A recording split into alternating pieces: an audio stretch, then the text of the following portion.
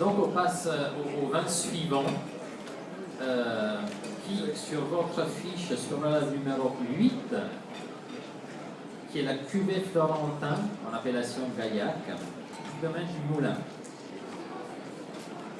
Et ça aussi, c'était une découverte pour moi, que j'ai voulu partager avec vous aujourd'hui. Je remercie son producteur de nous avoir fait l'honneur d'être là. Et voilà, c'est un vin que j'ai découvert dans le cadre de la sélection pour les vins qu'il fallait présenter aujourd'hui. Et là, j'ai mis à l'honneur la France et la France régionale, puisque le cépage, c'est un cépage typique de la région et c'est du brocol. Donc, vous voyez, c'est un cépage peu connu ailleurs qu'en France, et j'imagine que même en France, c'est pas un cépage très connu, qui pousse sur un sol graveleux et argilo-calcaire et qui a fait une phase de maturation, de vieillissement de 12 mois dans des fûts de chêne. Donc voilà, j'ai voulu mettre l'accent sur un cépage moins connu, mais qui m'a séduit. Et là, pour ce vin, vous avez une très belle robe, très intense, très dense. Vous voyez, presque impénétrable, de couleur rouge rubis avec des reflets pourpres. Ça, c'est une belle caractéristique, cette belle couleur qui se fait voir avec toute sa belle vivacité de jeunesse. Ensuite, pour ce qui concerne le nez, voilà, nous avons une belle aromaticité apportée par des notes de petits fruits de bois, au sens des mûres de belle maturité, on peut dire mûr.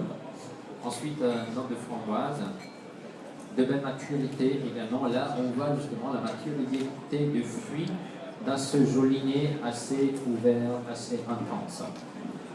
Vous avez le côté également légèrement fumé, vous sentez cette belle note légèrement fumée, très séduisante. Il y avait également le côté un peu plus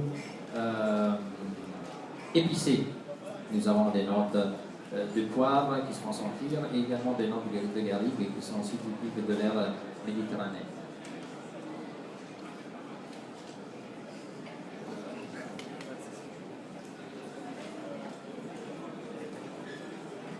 En bouche, c'est un vin riche, dès son attaque en bouche. Et là, la première impression, c'est d'avoir une note chaleureuse. C'est un vin qui se fait sentir dès son entrée en bouche.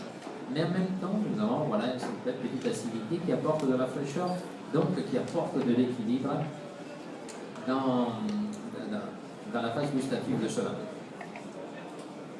Une évolution croissante vers un milieu de bouche riche, compact, structuré, juteux et savoureux. C'est ça très important de souligner de ce vin, c'est vraiment le milieu de bouche savoureux et goûteux.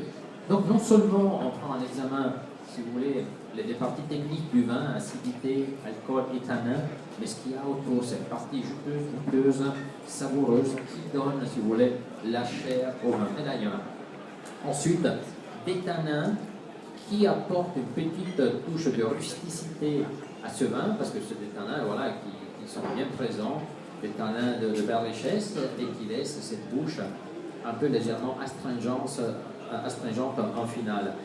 Une belle finale qui est longue, qui est persistante, avec un olfaction de jolis arômes, de belle intensité et qui persiste longtemps. Donc vous voyez un vin, je dirais, ouvert, expressif, témoin d'un climat sûrement riche, mais témoin également d'une grande maîtrise, soit au niveau viticole pour apporter une belle maturité à ces raisins, et également, voilà, si vous voulez, la phase œnologique qui a transformé ce magnifique raisin en vin riche, de classe et sûrement avec un caractère bien distingué.